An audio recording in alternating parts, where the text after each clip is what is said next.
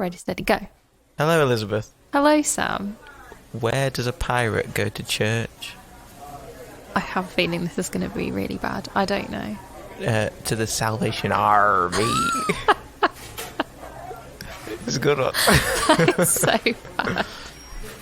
Welcome to Selah. For when I stop and breathe in your presence, just breathe.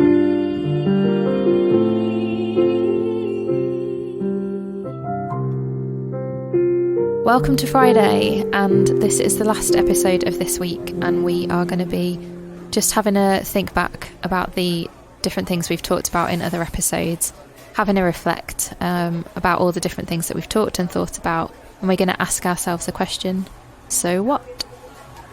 So what? So that question is all about taking what we've heard and listened to and thought about, and trying to have a think about how we can take that and apply it to our actual lives. We've talked a lot about new beginnings and why we're here, who God is, and how we relate to him. And so we just want to ask each other the question, and you guys, about what perhaps has impacted you, what's made you think, and is there anything off the back of this week that's made you want to go away and change or do things differently or think of it differently? So this week, I think it's been really good to think about why are we here and where do we come from? Where did we come from, God I Joe? So Elizabeth, where did we come from, God I Joe? Hopefully not from wherever that came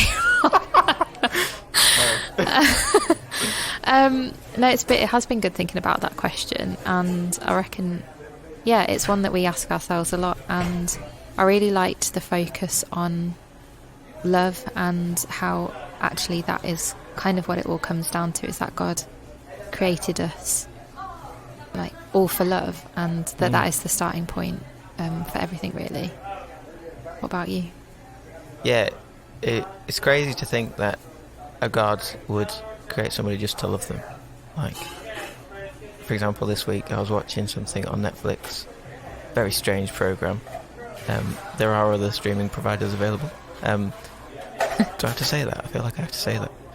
About a God who's a really posh man who's just watching his humans on the table, playing with them, getting his butler to set fire to them, forgetting to turn the drought filter off, laughing when they're rejoicing when it's raining, being generally uncaring. But actually God's nothing like that, and he wants to love us and know us and care for us. We're not just for his entertainment. We're here for love. Yeah.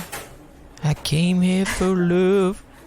I guess that's kind of been the whole theme of everything, hasn't it? Because, like, there's that question, and then the song that you picked about This Is Amazing Grace, and then thinking about prayer, and it all centres around the same thing, doesn't it? That God he's really near to us, and he really cares about us, and he's a really personal, relational God. And that's been something really good to think about this week, I think. Yeah, definitely.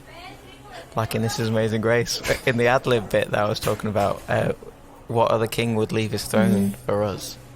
I think all of us were a bit taken by that line. He came down at a perfect time in history just to save us, really. Yeah, it's mad, isn't it? Like, thinking that God, like Jesus, the king, like, he's on his throne in heaven, like, happy.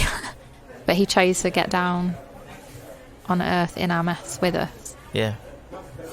And love us, like, purely because he loved us and he wanted us to have a relationship with him. But thinking about that and how, like, he gave everything for us. Why are you laughing? Because I nearly stopped it. But, like, how he gave everything to, like, for us. So he died on the cross for us. And a question I want to ask myself, I guess, off the back of all that is, like, how do I live in response to that? And do I live in a way where I'm like, well, you died for me and you gave everything for me, and am I really giving everything to you? And I think actually probably the answer to that is no. And so I need to think about, well, how can my life look differently in response to that, I guess. and think about this as Amazing Grace. In my research this week, I found an interview where Phil Wickham's talking about the song, and he says, to do with the song, now we don't need to go into a temple. He is in us, the church is his body, and every time we gather together and sing to him, we are ascending together. I want people not just to stop at the status quo or think of Christianity as something to check off a list every week. I want listeners to know that their faith is living and alive and growing and real and will never stop. And I think that really speaks into, as Ian said on the first day, into the heart of what the online church is trying to do. It's not just one day. We want to be with people, not just in a church building. Don't need to be in a church building. We can be wherever we are, online, in our own homes. We're in the Bible where Matthew says, for where 2 or 3 are gathered together in my name, there I am in the midst of them. And here we are, gathered together. Yeah, and I guess that means that we can, we can pursue God anywhere and everywhere. Like that place of prayer and worship, it's there for us all the time, like all day, every day. All day, every day.